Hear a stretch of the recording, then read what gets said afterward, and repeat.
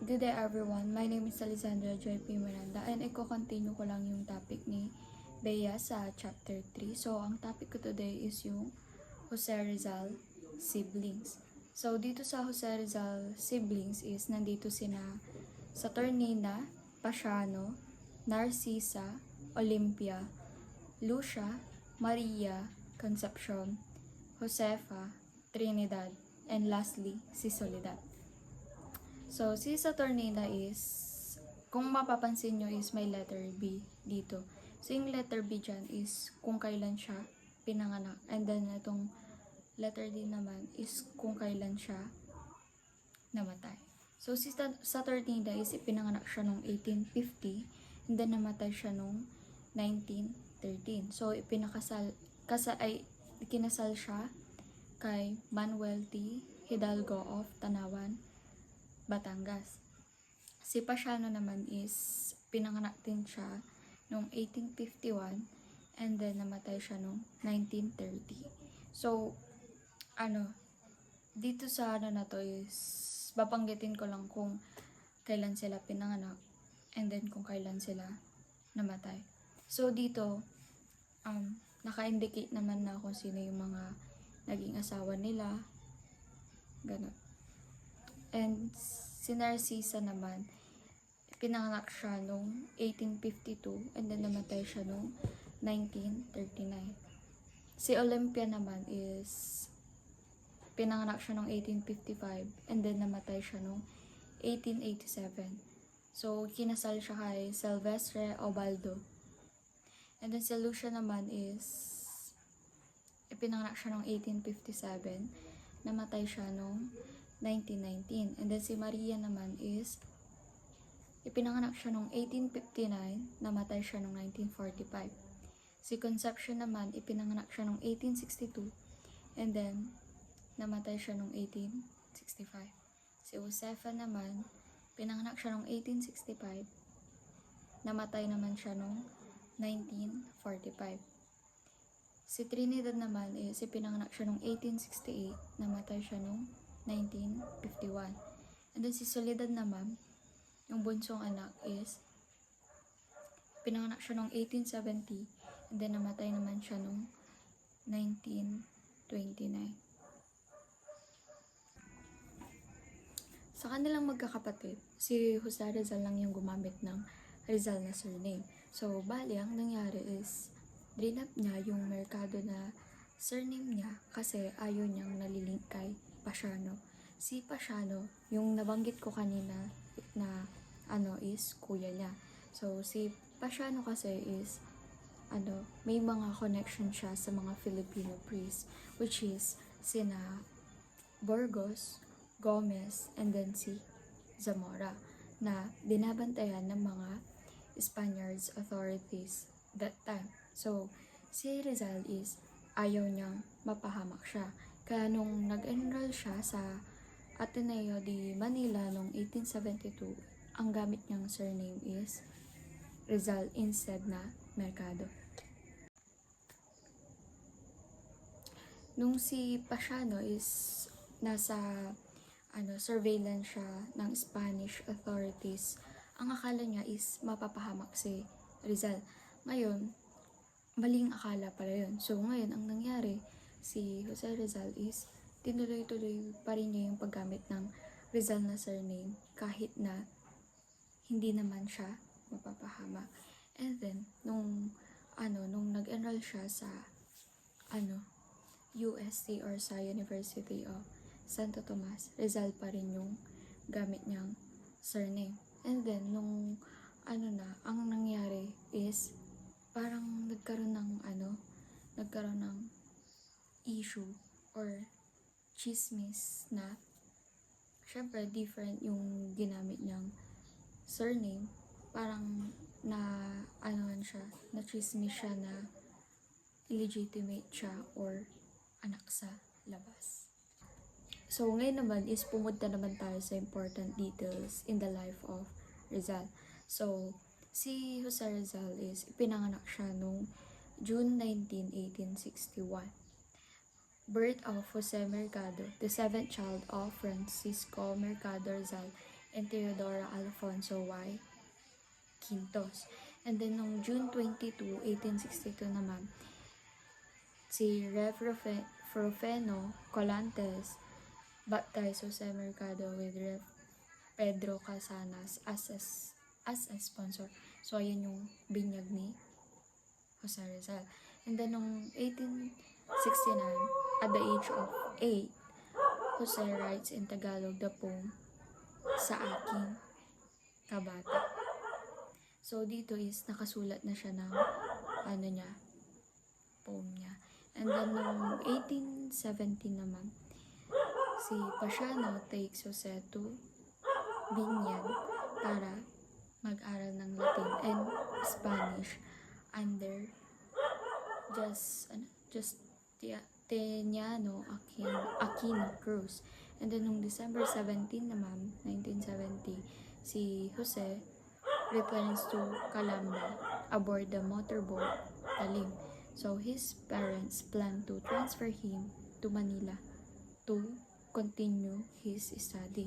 And then, noong 1871, yung mother ni Jose Rizal is imprisoned for allegedly trying to poison his aunt. So, ayun lang naman yung mga important details in the life of Rizal. Ngayon naman, mag-proceed naman tayo sa the events of 1872, the Cavite Mutiny, and the executions of the fathers, which is Sina Gomez, Burgos, and Zamora.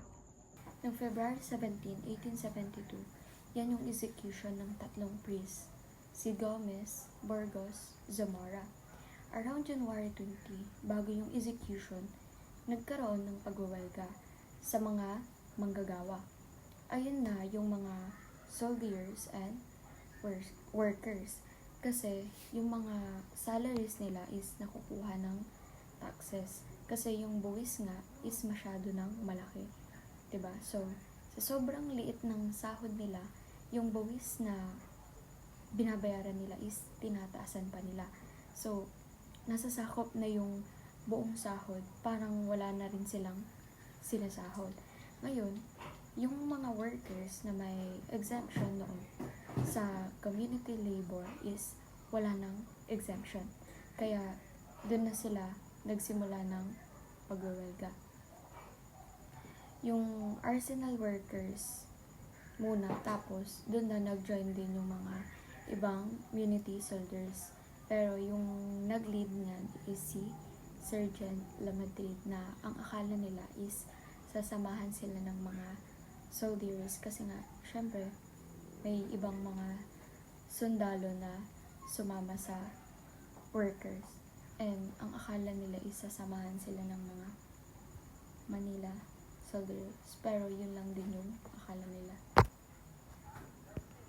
So, next slide naman tayo. So, the night na nagkaroon ng fiesta sa Barrio Sampaloc, evening nung January 20, akala nila La Madrid start na ng revolution or ng pag-asa.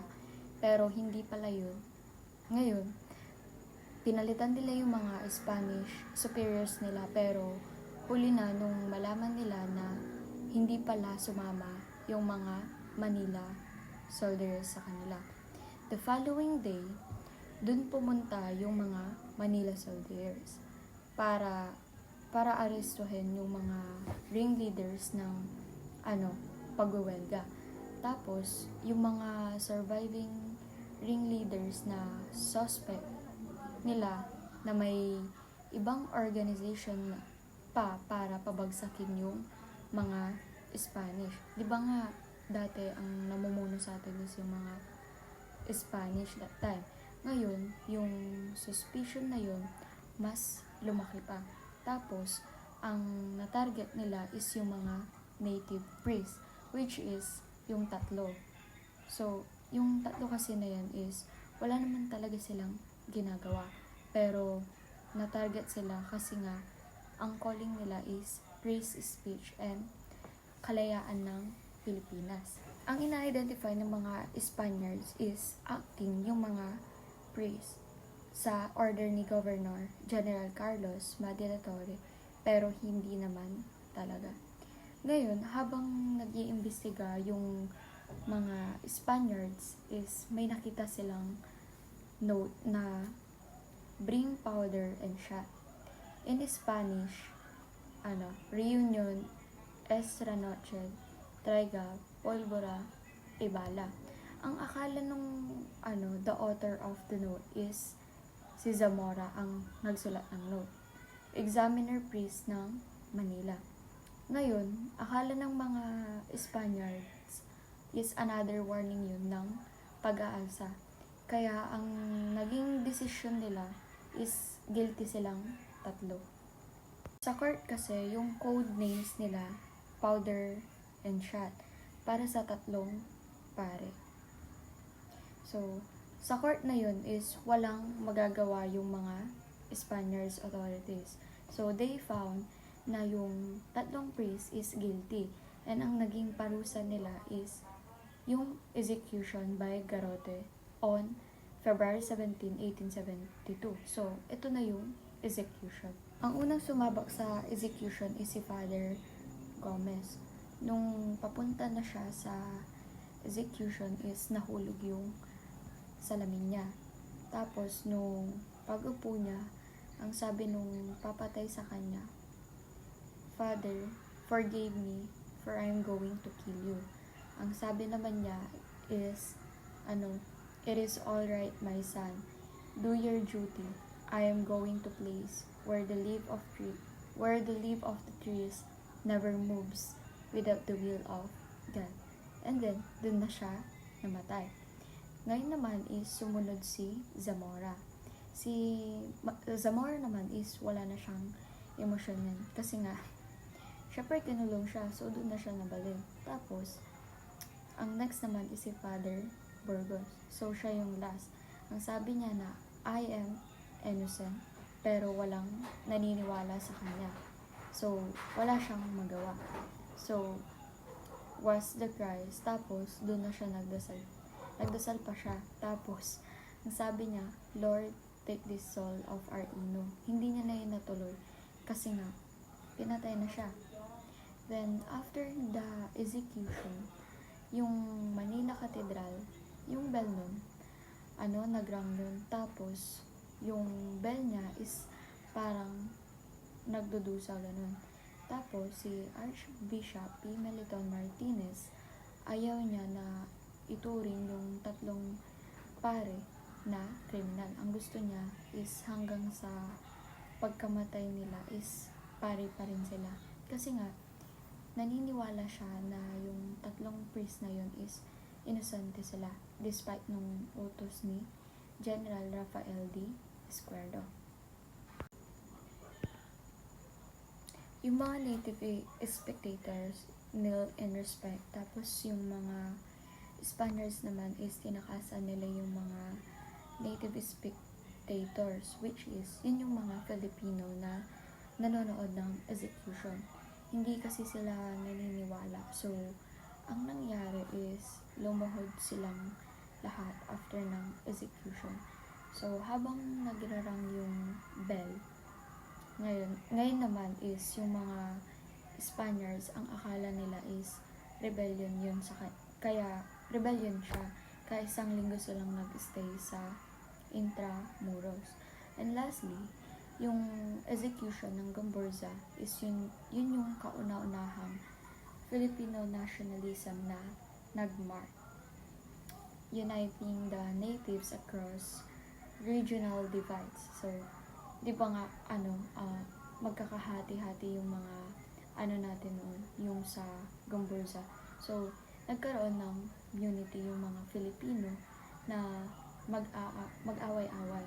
So, yun yung nag-spread ng mga reformist, revolutionists, katipunan, and yung mga, nandiyan na sa slide, yun na yung naging start niya. The execution was also mentioned in the Philippines Declarations of Independence on June 12, 1898. Yun lamang po, that's all. Thank you.